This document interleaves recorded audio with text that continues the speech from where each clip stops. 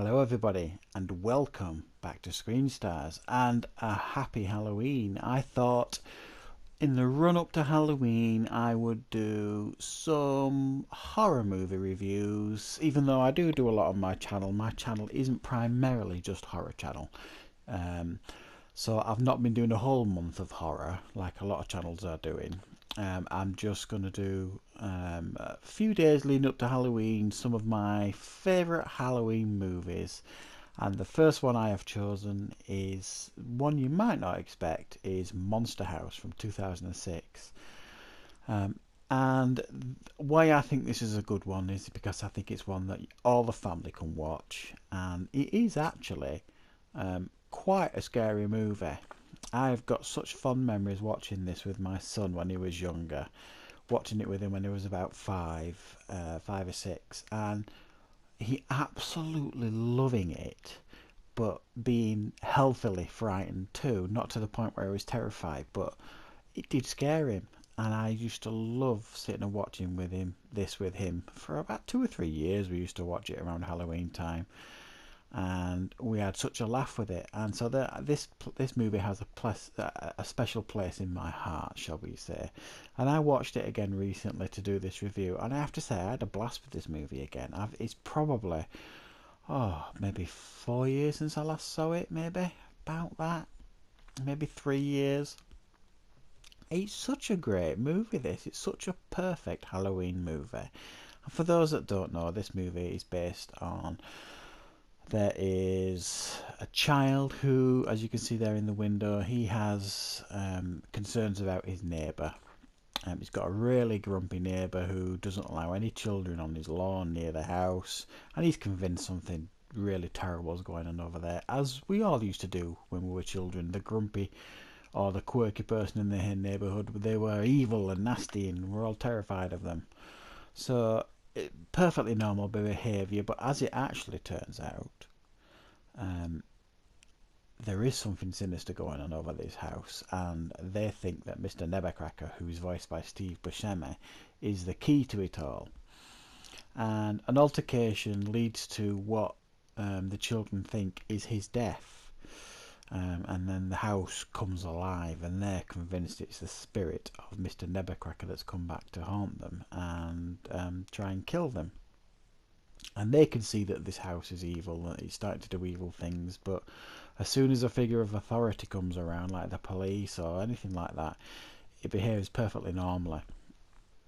So nobody believes them. Obviously, nobody believes them until it is undeniable that this house is absolute evil, and they've got to do what they've got to do to try and stop this house from tearing up their neighbourhood and killing them and everybody else it gets its hands on.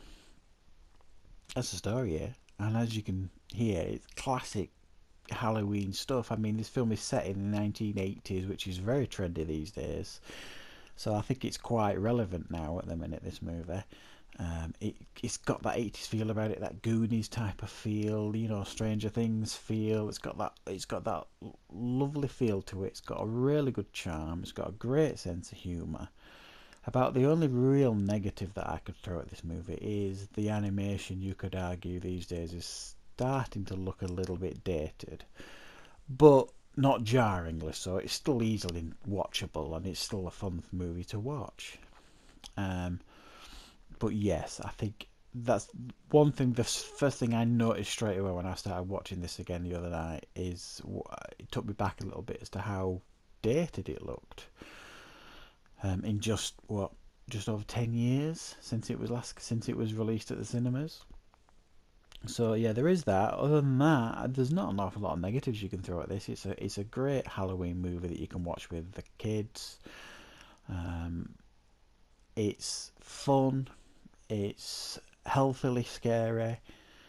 And it's just an absolute blast. And I think this is an absolute must if you have a family. The voice cast that we've got on display here all do a very, very good job. There's nobody mega famous. Like I say, we've got Steve Buscemi, we have Kevin James, John Hader, Kathleen Turner, a couple of others who you will recognise as well. But I think maybe I'm looking at it this slightly with rose-tinted glasses because I've got fond memories of this movie. I was quite taken aback when I saw the score for this on IMDb, only like 6.6 or something. I think this is a really good animated movie, and other than it looking a little bit dated, it stands the test of time. It tells a very good story, and I remember watching it at the time with my son thinking this would make an absolutely brilliant live action movie. And I still felt that today. I was watching it again the other night and I'm just thinking, especially with the 80s setting, this would be such a great family Halloween movie if they turned it into a live action movie. I could just visualize it. You know, somebody J.J. Abrams had got his own hands on it or somebody like that. It would just be fabulous. So, to kick off my Halloween series of movies, this is it. We have Monster House, the first one. So I hope you enjoyed it. If you haven't seen Monster House yet, and especially if you've got kids, you get it bought, get it downloaded, get it watched. It's an absolute must if you've a family. It's a great, great Halloween movie, and I will see you for more Halloween movie reviews very soon. Thanks for watching.